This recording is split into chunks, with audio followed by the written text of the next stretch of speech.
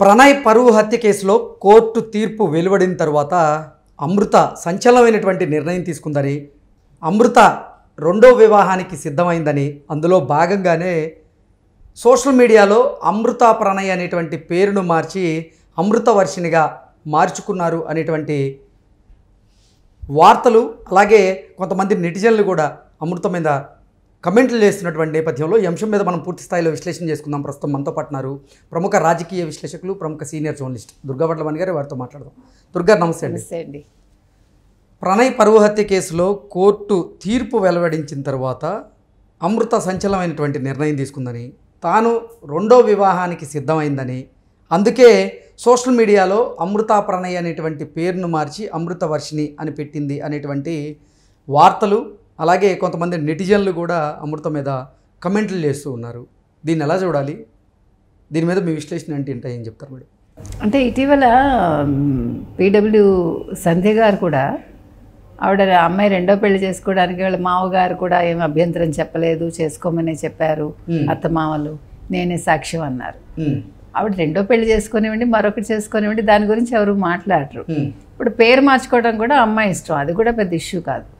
నాకు ఎక్కడ నిన్నను కష్టం అనిపించిందంటే మనసుకి, వాళ్ళ మామగారు పాపం చాలా బాధపడ్డారు. మా అబ్బాయికి న్యాయం జరిగింది కరెక్టే, కానీ మేము అన్యాయం అయిపోయాము, కొడుకుని కోల్పోయాము. ఆ సమయంలో అమృత అన్న అమ్మాయి పక్కన లేదు. నేను ఆ ఒక్క విషయానికే నేను బాధపడ్డా. ఇప్పుడు మీరు ఏమైనా చేసుకోండి, మీరు లైఫ్లో సెటిల్ అవ్వండి, చిన్నపిల్ల మీరు, okay, that is nothing wrong in it. అంటే నెటిజన్లు కూడా అమృత మీద అదే కమెంట్లు చేస్తూ ఉన్నారు. అంటే ప్రణయ్ని ప్రేమించి వివాహం చేసుకున్నారు, మీరు వివాహం చేసుకోవడం వల్లే ప్రణయ్ హత్యకు గురయ్యాడు.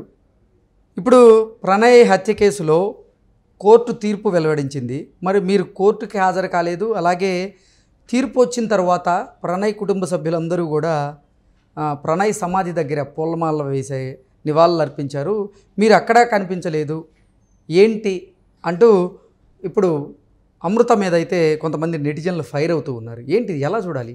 అంటే ఆవిడ పర్సనల్ ప్రాబ్లమ్స్ ఆవిడకు ఉండి ఉండొచ్చు కదా? కాదు, అది కాదు. ఎందుకు ఆవిడ అంటే ఈ రకంగా చేశారు అనే దాని గురించి వాళ్ళు అంటే నెటిజన్స్ కమెంట్ చేస్తున్నారు. వాళ్ళు అడిగిన దాంట్లో తప్పు లేదు, ఎందుకంటే వాళ్ళు ఎందుకు అడిగే హక్కు ఉందంటే, అమృతకి ఎప్పుడైతే అన్యాయం జరిగిందో, అంటే ప్రణయ్ హత్య జరిగాక అమృతను అందరూ కూడా ఓన్ చేసుకున్నారు. అంతవరకు అమ్మాయి పెళ్లి చేసుకుంది, ఇది వాళ్ళిద్దరూ పెళ్లి చేసుకున్నారు. మీరు చెప్పినట్టుగా అది పరువు హత్య ఎప్పుడైతే జరిగిందో అప్పుడు ఆ అమ్మాయి మీద సింపతి వచ్చింది. ఆ అమ్మాయి కూడా ప్రతి సందర్భంలో అత్తగారు మామగారితో ఉంది, తను బయటకు వచ్చినప్పుడు కూడా వాళ్ళందరూ కూడా అమ్మాయికి సపోర్ట్గా నిల్చున్నారు, ఫ్యామిలీ మొత్తం. ఈవెన్ వాళ్ళ మరిది కూడా చదువు మానేసి వచ్చి అబ్బాయి అంతా వాళ్ళు అమ్మాయికి ఒక మేము ఉన్నాము అని ఒక ధైర్యం ఇచ్చినప్పుడు, మరి ఇవాళ అమ్మాయి నిల్చోవాలి కదండి అత్తగారు మామగారి దగ్గర. ఇప్పుడు పెళ్లి చేసుకోవడం పెద్ద విషయం కాదండి. ఇప్పుడు మా ఇళ్లలో కూడా ఇప్పుడు భార్యాభర్తల్లో ఒకళ్ళు భర్త చనిపోతే, మాకు తెలిసిన వాళ్ళ అమ్మాయి ఇంకో పెళ్లి చేసుకుంది. పెళ్లి చేసుకున్నప్పుడు ఫస్ట్ అత్తగారు మామగారు ఎవరైతే ఉన్నారో వాళ్ళతో ఇప్పటికీ ఆ బాండింగ్ కొనసాగిస్తుంది అమ్మాయి. వాళ్ళని పలకరిస్తుంది, వాళ్ళకి కావాల్సింది అప్పుడప్పుడు వచ్చి చేస్తుంది, యోగక్షేమాలు కనుక్కుంటుంది, తనకి కొడుకు పుడితే తీసుకొచ్చి చూపించింది. ఆ బాండింగ్ అనేది ఉంచుకోవాలంటాను నేను. అందులో ఇక్కడ ఇంకా ఎక్కువ ఉండాలి. బికాజ్ ఈ విషయం మొత్తంలో మీకు అమృత మీద ఈ కథ మొత్తం అల్లబడింది కదా. ఈ కథకి ప్రధాన సూత్రధారి అమృత. ఈ కథలో విలను అమృత తండ్రి. ఇప్పుడు అమృత తండ్రి ఏం చేస్తుండాలి? నీకు నచ్చలేదు నీ కూతురు అట్లా చేయడం, ప్రణయ్ని నువ్వు చంపటం ఏంటి? నువ్వు చంపితే నీ కూతురుని చంపుకోవాల్సింది. అప్పుడు ఎవరో అలా కాదు, అసలు చంపకూడదు. నో, ఐ డూ అగ్రీ 200% ఎవరిని చంపకూడదు. నీకు కోపం ఉంటే నీ కూతురు మీద రావాలి కదా. నేను అంటున్నది అది. ఇక్కడ కూతుర్ని చంపమని మనం చెప్పట్లేదు. కోపం అనేది నీ కూతురు మీద రావాలి. ఎవరో కన్న బిడ్డ, నీకు చంపే హక్కే ఉందంటున్నాను నేను. ఇప్పుడు అతను తక్కువ కులం వాడని చంపావా, లేకపోతే నీ కూతుర్ని చేసుకుందని చంపావా, చేసుకున్న వెంటనే అమ్మాయి ప్రెగ్నెంట్ అయిందని చంపావా? ఇన్ని ప్రశ్నలు వస్తాయండి. ఇప్పుడు ఎవరు చంపడం అనేది మనం హర్షించం, అసలు ఒప్పుకోం కూడా. ఎవరిని చంపడానికి వస్తే కూడా మనం అడ్డుకోవడానికి ప్రయత్నిస్తాం. కానీ కోపం అనేది కూతురు మీద ఉండాలి, ప్రణయ్ మీద ఎందుకు ఉంది? అది తప్పు కదా. ఇప్పుడు చనిపోయాడు అతను ఆత్మహత్య చేసుకుని, ఏం సాధించావు? ఇప్పుడు ఆ అమ్మాయికి జీవితం లేకుండా అయిపోయింది. అప్పుడు ప్రణయ్ అన్యాయంగా ఇప్పుడు ఎటు కాకుండా వెళ్ళిపోయాడు అబ్బాయి చిన్న వయసులో. ఇప్పుడు తల్లి తండ్రికి ఒక ఆధారం లేకుండా అయిపోయింది. మరి ఇప్పుడు నెటిజన్స్ అడిగారంటే తప్పు కాదా? అడిగారు. నిజంగా అమృత సంచలనమైనటువంటి నిర్ణయం తీసుకుందా? అంటే సంచలనం కూడా కాదు అది. తాను రెండో వివాహానికి సిద్ధమైనట్లుగా కొన్ని వార్తలు వస్తూ ఉన్నాయి. నెటిజన్లు కూడా కమెంట్లు చేస్తూ ఉన్నారు. అందుకే మీరు పేరు మార్చారంటూ కూడా వారు ప్రశ్నిస్తూ ఉన్నారు. దీన్ని ఎలా చూడాలి? అంటే అమ్మాయి నిజాయితీగా ఉండాలండి. అంటే నేను రెండో వివాహం గురించి మాట్లాడాలి. ఐఎమ్ సారీ, అసలు రెండో వివాహం గురించి మనకి ఇష్యూ కాదు, మనకు అనవసరం కూడా. అమ్మాయి రెండో పెళ్లి చేసుకోమనండి, హ్యాపీగా ఉండమనండి, అది కాదు. ఇక్కడ నిజాయితీ అనే పదం ఎందుకు వాడానంటే, తన ప్రణయని అంతలా ప్రేమించి పెళ్లి చేసుకున్నాను అంది కదా, 8th నుంచో 9th నుంచో వాళ్ళు ప్రేమలో ఉన్నారని.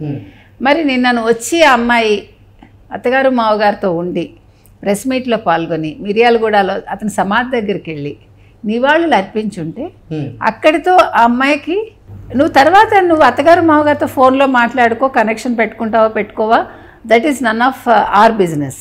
కానీ ఇంతవరకు ఆ అమ్మాయి అది ముగించాలి. ఇప్పుడు నువ్వు తల్లి దగ్గరికి ఎందుకు వెళ్ళి, ఇప్పుడు తల్లి సపోర్ట్ లేదు అనుకుందాం, అప్పుడు ఏం చేసి ఉండేది? ఇప్పుడు తల్లి అనే ఆవిడ మధ్యలో వచ్చారు, నువ్వు కొడుకుని తల్లి దగ్గర పెట్టావు, నువ్వు నీ పాటికి నువ్వు you are enjoying your life. తల్లిదండ్రులతో ఇప్పుడు అమృత లేరంటారా? లేరండి, నాకు తెలిసి మనకి తెలిసి లేరు. ఆ అమ్మాయి సిటీకి అప్పుడే వచ్చేసింది, వాళ్ళతో ఉన్నప్పుడే సిటీకి వచ్చింది, ఆ కొడుకుతో ఉండింది, వాళ్ళు వస్తూ వెళ్తూ ఉండేవాళ్ళు అత్తగారు మావగారు. తర్వాత తల్లి వచ్చారు, తల్లి వచ్చాక తల్లితోటి కొడుకుని ఉంచేశారు ఆవిడ. సో నేను అనేది ఏంటంటే, ఇప్పుడు తల్లి కనుక ఒకవేళ నీకు ఆదరణ చూపించి ఉండకపోతే బై ఛాన్స్, అప్పుడు మీరేం చేసి ఉండేవాళ్ళు? అప్పుడు కొడుకుని మీ దగ్గర పెట్టుకుని మీరు బిజినెస్ చేసుకుంటూ అప్పుడు అత్తగారు మావగారు సపోర్ట్ అవసరం అయ్యేదిగా. ఇప్పుడు ఆ పిల్లాడు ఎవరికి చెందుతాడు? మీరు మాటకి చెప్పండి నాకు. అత్తగారు మావగారికే చెందుతారు. ప్రణయ్ తల్లి తండ్రికే వారసుడు ఆ పిల్లాడు. కానీ ఇప్పుడు వారసత్వం ఎవడు మాట్లాడటల్లా. ఇప్పుడు ఓకే, వాళ్ళ అమ్మగారు చూస్తున్నారు, ఇట్స్ వెల్ అండ్ గుడ్. కానీ అమృత ఆలోచించాలి, ఇన్ని ఆలోచించాలి. ఇప్పుడు నేను నా ఎంజాయ్మెంట్ నేను చూసుకుంటాను, నా లైఫ్ నాది అనుకుంటే రేపటి నుంచి నీ లైఫ్ నీది. కానీ నిన్నటి వరకు నీ లైఫ్ ప్రణయ్తో ముడిపడి ఉంది. ప్రణయ్ది ఎప్పుడైతే తీర్పు వెలువరిచ్చారో మీరు కోర్టుకు వెళ్ళాలి అమృత అనే అమ్మాయి. అండ్ దెన్ తన అత్తగారు మావగారితో ఒక ప్రెస్ మీట్లో పాల్గొని మిర్యాలగూడలో అతని సమాధి దగ్గరికి వెళ్ళి నివాళులు అర్పించి, అత్తయ్య గారు మావయ్య గారు నేను ఇంక సెలవు తీసుకుంటున్నాను, నా లైఫ్ నేను చూసుకుంటాను, కానీ మీకు ఏం కావాలన్నా నేను ఉన్నాను అని ఒక మాట చెప్పుంటే తప్పులేదండి. బాండింగ్ ఉండడం తప్పే ఉంది. చేసుకునేవాడు తెలిసే చేసుకుంటాడు, కొత్తగా చేసుకునేవాడు. He need not object, he should not object rather. ఎందుకంటే ఎక్కడే పోతుంది? ఇప్పుడు ఈ పిల్ల అవసరం వాళ్ళకి ఉండొచ్చు. అవును, మరి అప్పుడు రేపొద్దున మనవాడిని చూసుకోవడానికి వాళ్ళు వస్తారు కదా. ఇవన్నీ ముందు మాట్లాడుకోవాలండి. ఏ అమ్మాయి అయినా అబ్బాయి అయినా ఇంకొక పెళ్లి చేసుకునేటప్పుడు ఈ పాత బంధాల గురించి మాట్లాడుకుని వాళ్ళు వచ్చి వెళ్తారు అని ఒక క్లారిటీ తీసుకున్నాక ఇంకొక కొత్త జీవితంలోకి అడుగు పెడితే బాగుంటుంది. ఇవాళ అమృతని నెటిజన్స్ ప్రశ్నిస్తున్నారంటే అందులో ఒక న్యాయం ఉందండి. వాళ్ళు కూడా, ఎందుకంటే నిన్న ఆయన చాలా బాధపడ్డారు ప్రణయ్ తండ్రి. అది చూస్తే మనకే బాధ అనిపించింది కదా. సో అప్పుడు ఈ అమ్మాయి ఆయన పక్కన ఉండి, ఎందుకంటే ప్రణయ్ని ఈ అమ్మాయిలో చూసుకున్నారు వాళ్ళు. ఈ అమ్మాయి కూడా అలాగే ఉంది కదా, మన వీడియోస్ చూస్తాం. వెంటనే ఒక యూట్యూబ్ ఛానల్ పెట్టుకుంది ఆవిడ.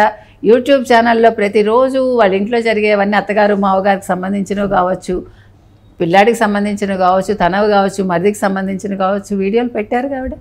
ఇప్పుడు ప్రణయ్ హత్య కేసులో కోర్టు తీర్పు ద్వారా ప్రణయ్కి న్యాయం జరిగిందని అమృత భావించిందని, అందుకే సోషల్ మీడియాలో తన పేరుని మార్చుకుంది అన్నట్లుగా కొన్ని వార్తలు వస్తున్నాయి.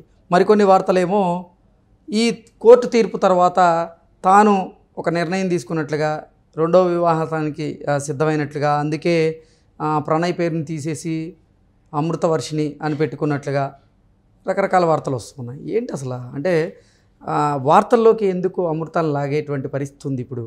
అంటే ఎవరు లాగలేదండి, అమ్మాయి ఫస్ట్ నుంచి దానికి అవకాశం ఇచ్చింది కదా.